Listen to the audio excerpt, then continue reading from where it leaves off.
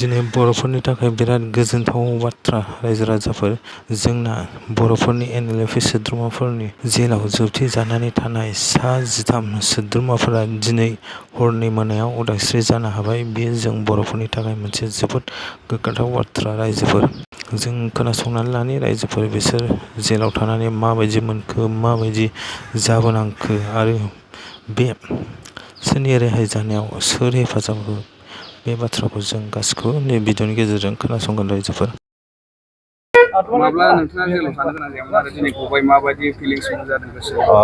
It's a part of Border Peace Agreement, and I would like to thank Honorable Prime Minister of India, Sri Narendra Modi ji, and Home Minister of India, Amit Shah ji, and Chief Minister of Assam, Dr. Hemanta Biswa Sharma ji, for respecting the Border Peace Accord and giving us this opportunity to come out from the jail. Thank you. आङो 2014 सननिफ्राय दङ जेलाव, दिनै उदां जाबाय। खोब गोजोननाय मोनदों। साबायखर बावनो सानदों जोंनि एडभोकेट बिथांमोना जोंनि थाखाय खोब खस्थ' खालामबाय आरो साबायखर बावनो सानबावदों जायफोरा जोंखौ फाइनान्सियेलि फिजिकेलि हेल्प खालामबाय बे गोबाव समाव बिथांमोनखौ आं साबायखर बावदों। बेखिनिखौनो बुंनानै आंनि मुङा सोमखोर मुसाहारि। आंखौ आफादाव ओरैनो एम सोगोमसार होननानै मिथियो।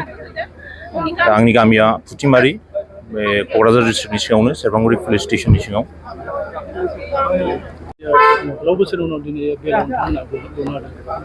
गोसोखौ जोङो गोजोननाय मोनदों। बेजों लोगोसे जोङो साबायखर होनो सानो जोंनिनो फेमिलि कमिटि, गिबियावनो जोङो बिसोरखौ धन्यबाद होयो। बिसिनि बोलो होसोमनायाव जोङो दिनै उदां जाबाय।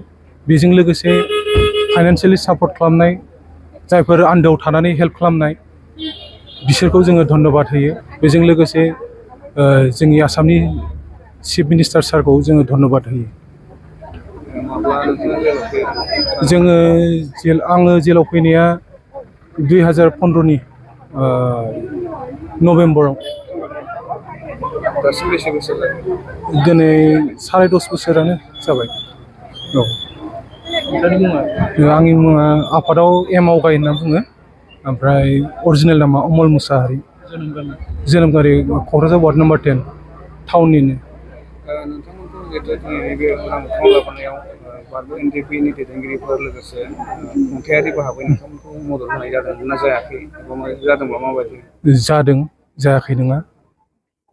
माखासे ओरैबायदियाव मावदों, साइलेन्टलि मावदों आरो जोङो बिनि थाखायनो धन्यबाद होयो। आरो बेसेबांनाखि आन्दोआव थानानै मावदों खामानिफोरखौ, बिसोरखौबो जों धन्यबाद होयो। माने अपेनलि जायाखै, बिसोरो स्रोदैनो जोंखौ हेल्प होदों।